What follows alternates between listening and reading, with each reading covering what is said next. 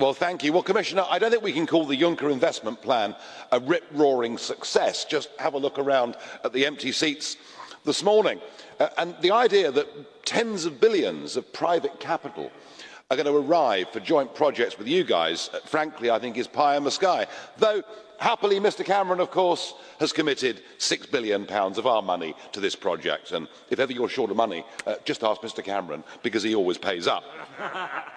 But it is, I think, these grand projects that in many ways, I think, are sowing the seeds of the end of this political project. I came in here in 1999 and sat at the back, and there were only 3 of us in the whole building who thought our member state should leave the European Union.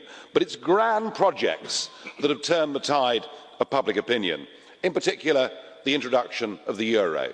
You know, I warned you, we all warned you, that it would not work for the Mediterranean countries. It could comfortably work for the optimal currency zone in the north, but no, through massive ambition and hubris, you ploughed on, and you allowed countries like Greece to join a currency that they were never fit for.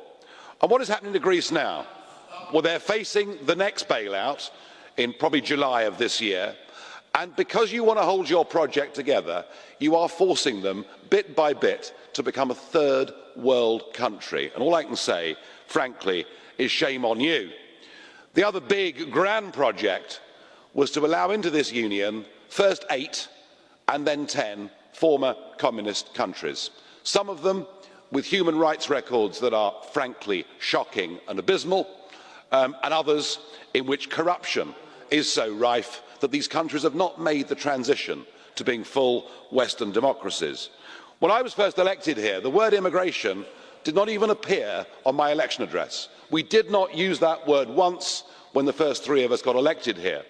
But now, as we've allowed much poorer countries to have the free movement of peoples, we see considerable anger in Britain and in many countries across the north of Europe. And yes, it's led to the rise of parties that some may consider to be deeply unpleasant. But that's what happens when you take control out of people's lives. And the other feature, President, that I've noticed here is the growth of what I can only describe as authoritarianism. You know, we actually saw the Prime Minister of Greece removed effectively by a coup d'etat, and we saw Mr Berlusconi removed by a coup d'etat, and in both cases represented by appointees who were former directors of Goldman Sachs. So I think you've sowed the seeds of your own destruction.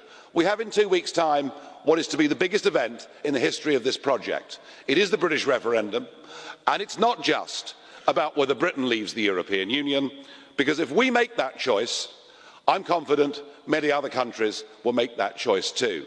I did originally believe that we should leave because we were a square peg in a round hole.